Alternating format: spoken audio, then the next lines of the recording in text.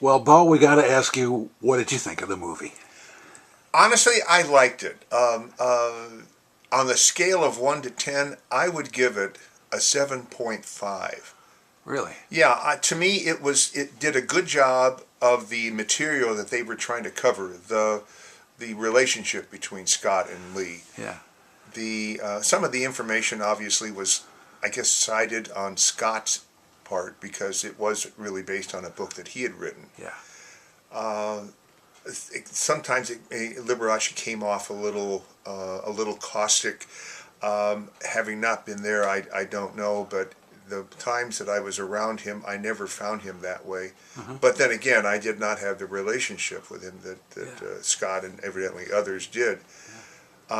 We all knew Lee was gay in Las Vegas. Yeah. The people that worked around him, but at that time and in those situations, it didn't make any difference. It was like, so what? He was a very generous man, a very funny man, and what I think bothers me the most nowadays is that people forget how great a pianist he was.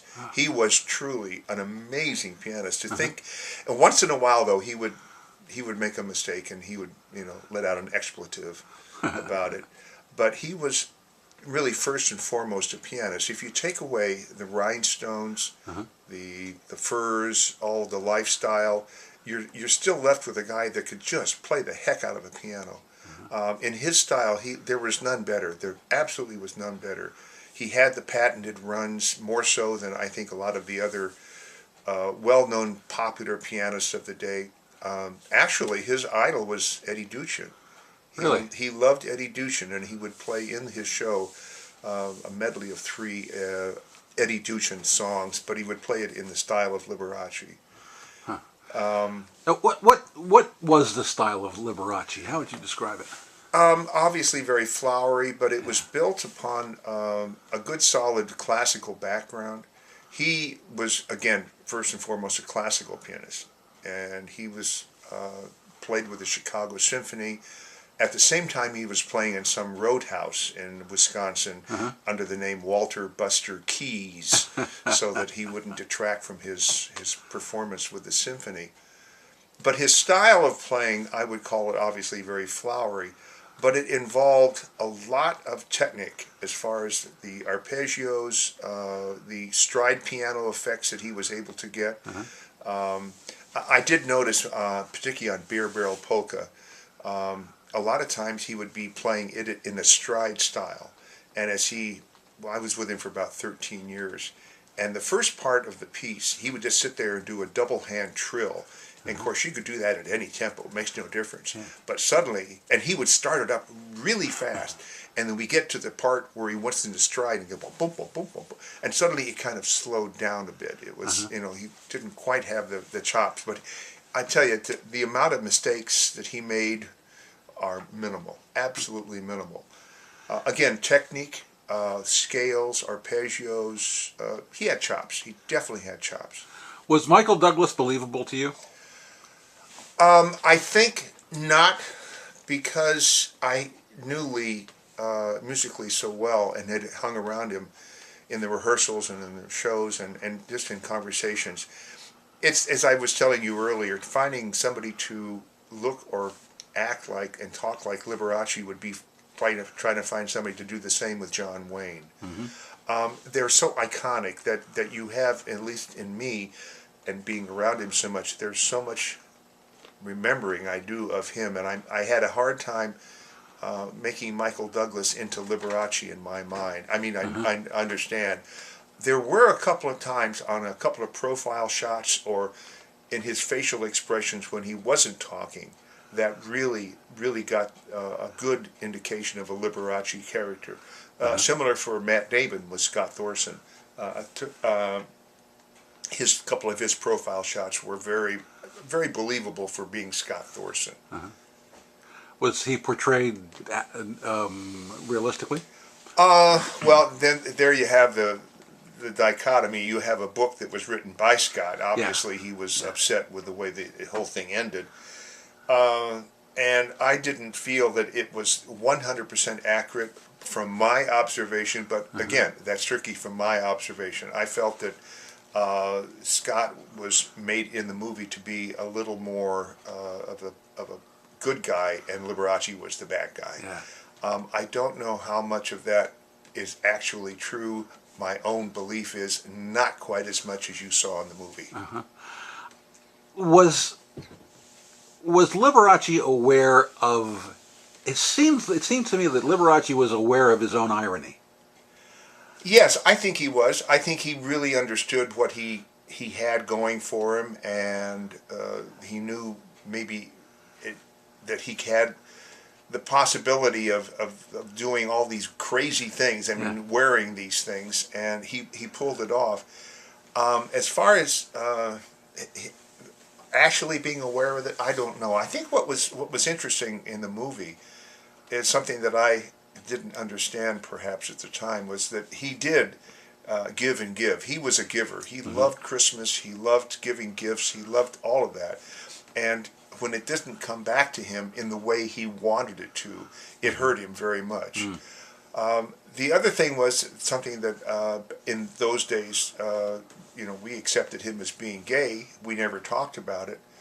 But it was, I'm sure, very difficult for him to let his guard down and to be around people that accepted him without bringing the press in and causing a huge big brouhaha. It's the other irony is that yesterday was the debut of the first openly gay professional athlete. I wonder how Liberace would have been today in this climate. In this climate, honestly, I think he would have been the same. He was raised in an era that did not look kindly upon homosexuality. And I think that was so ingrained in him that he would have had trouble letting go. I don't think he would have been much different. I know my wife Barbara and I have talked about that a couple of times, what would have happened had he come out, that type of thing. I don't really know he would have. I don't know if he did, how he would act. I honestly don't know, because I think it was so hidden within him, and it was part of his lifestyle. It was hidden, but it was so splendiferous. It was, and yet he felt he could get away with it. I think maybe Scott's book brought out a couple of things that were in the negative side. There were things that, because he was hiding so much, he went to other extremes to satisfy whatever. But I really don't think he would have accepted open gayness as easily as one would have liked him to. So what did he want from you as musically? Musically, he wanted me to write the arrangements that would support his performance and make it what he wanted it to do, whether it was a big splashy number or a small intimate number. And that was the challenge for me. I went over to his house with a tape recorder. I don't know if you remember tape recorders. Yes. And he would play a particular number, and I would make a recording of it. And the only input I did was I would suggest maybe a key change, or maybe a repeat this section, or maybe it was going too long or whatever. And make the recording. Then I'd go home and I'd make the arrangement from the recording. And it worked really, really well. The only time it didn't was one time he wanted to do an album, and I wrote the music for the album, wrote the arrangements. And then he wanted to use these same arrangements on a tour that he did. But the problem with the tour was that he was performing in front of people, and when he performed, as opposed to played in the studio, there was a whole different tempo. And to the point that some of the arrangements that were perfect in the studio almost were unplayable. They just didn't hold together on the road, so I had to do some rewrites. But musically, he just wanted me to do what I did, which was to write and conduct the orchestra. And that was basically what he wanted. Any familiar arrangements in the movie? No, but what's interesting was there was one part where he played and talked of he did a spoken recitation. Yes. And there was this organ in the background. Okay? Well, when I started working in the Hilton, I was Diane Carroll's conductor. And her show was right before Lee's first appearance. And her stage was set up, and I played a Hammond B3 and in her show. So then we had Liberace come in with Gordon Robinson, who was his first conductor, and the one that conducted all the ones in his early television shows. And about halfway through this rehearsal, we were rehearsing on Diane's stage, and the organ was there. I asked Gordon, I said, some of this stuff would sound great if I played the organ. And so he said, yeah, try it. So I tried the organ, and Lee loved it. He liked that sound, kind of syrupy in the background. Yeah. So that was a 4-week job, so I got the job playing the piano and then the organ, and they put them both next to each other way off to the side because I didn't want to infringe on Liberace's piano playing. So about 2 or 3 days into it, I got a call from Jim Neighbors, whose conductor had gotten ill, and could I sub for the conductor up at the Circle Star south of San Francisco? And I said, sure. So I got a sub, Mike Montana, to go in and play my piano part. And Mike said, well, I don't play organ. And I said, well, it's not called for. It was just something I threw in. Oh, okay.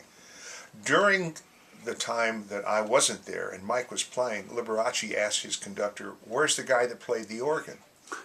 Oh, I said, well, he's not here. He's up conducting for Jim Neighbors. Oh, he conducts and he play. Oh, might he be a good choice? Gordy, you were thinking about retiring. Would that be a guy that could take your place? Well, maybe so. And that's the way I got the job with Liberace, because of Mike Montana's inability to play the organ. You have a book in you, right? Yes. Oh, yeah, several. I don't know. But definitely one, yes. Yeah. Well, so you're poised to tell the story. Well, there's so many, and that was the hard part in it, is to try to organizing all the stories and make them interesting to do, because there's nothing worse than hearing somebody, it's like your kid who's 5 years old telling you about a movie he saw that just goes, it's just boring as all get out. So that was the challenge in trying to organize it, make them interesting, and the stories that involve people like, I don't know if you remember Rusty Warren or Knockers Up. Yeah, Knockers Up, right. The Castro sisters, Don Goldie, trumpet player with down in Florida. Just, in the starting out year, Harach Yakubian and his review of Sexty Sex at the Aladdin Hotel in Las Vegas. Oh, yes. Oh, yes. Well, we'll look forward to that. Thanks a lot, Paul. You're quite welcome. Thank you so much for asking.